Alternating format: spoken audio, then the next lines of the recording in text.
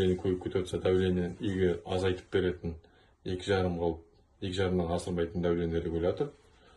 Оның қасында давление слишком төмен түсіп кетсе, нормально 2,5 қылып беретін насос, повышение давления, обратный клапан, общий ходтағы фильтр, счетчик. Так, далее. Ысы су, кетті, подача, кетті. Обраткасы мен айналып кетір.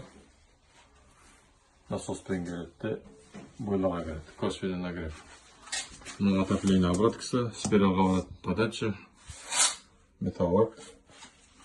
Ысы судың рециркуляционный насосы.